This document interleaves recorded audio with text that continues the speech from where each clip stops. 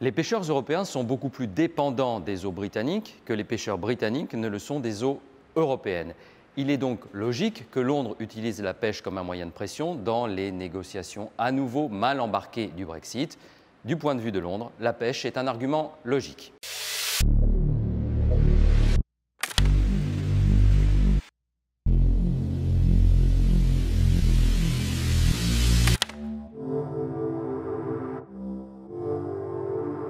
Le Royaume-Uni compte 15 000 km de côte. C'est 2 fois plus que la France. Ses eaux territoriales incluent une partie de la Manche, au sud, et au nord, elles remontent assez loin, vers l'est du côté de la Norvège, au nord au-dessus de l'Écosse, à l'ouest au-dessus de l'Irlande.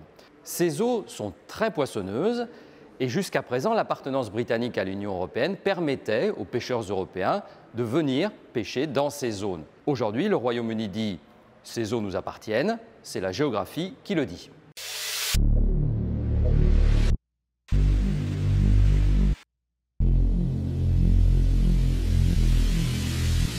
Par effet en chaîne, Londres est dans son bon droit.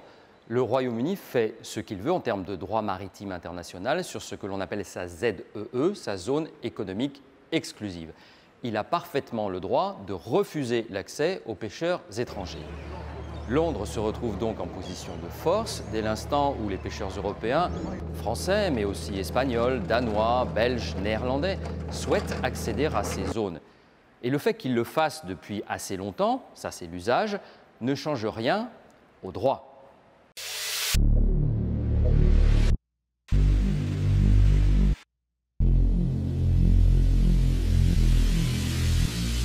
Impossible de comprendre la position britannique sur une question relative à la mer sans saisir à quel point la puissance maritime a fait la grandeur du Royaume-Uni. Au XIXe siècle en particulier, après la bataille de Trafalgar, le Royaume-Uni devient maître des océans.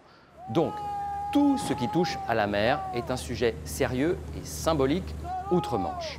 Si on regarde maintenant l'histoire plus récente, dans la deuxième moitié du XXe siècle, il y a eu de multiples accrochages en mer entre marins-pêcheurs français et britanniques. Donc Londres se méfie des pêcheurs français. Ils n'ont pas bonne presse outre-Manche.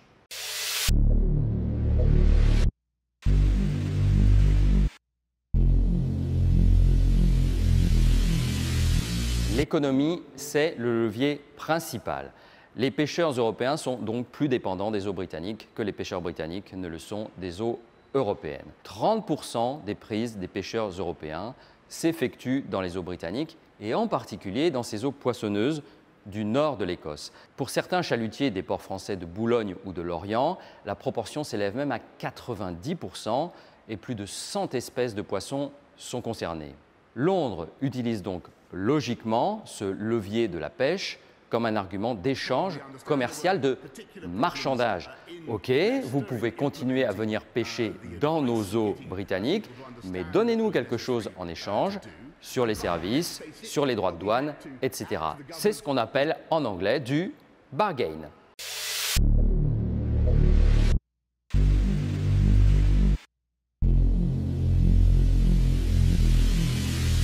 Il y a d'abord la psychologie de l'adversaire, autrement dit des Européens. Ce sujet est à forte portée symbolique, en particulier en France. C'est un totem comme tout ce qui touche à la nourriture. En France, un gouvernement court un risque majeur à se mettre à dos les marins-pêcheurs, tout comme les agriculteurs. Comme le dit un diplomate européen, ce sujet de la pêche est un petit sujet économique, mais un gros sujet politique. Londres joue donc sur du velours pour faire pression. Ensuite, il y a la psychologie des Britanniques. S'ils ont voté le Brexit, c'est bien parce qu'ils veulent sortir de l'Europe. C'est une lapalissade, mais ça va mieux en le disant. Ce n'est donc pas pour autoriser librement les pêcheurs européens à venir dans les eaux britanniques.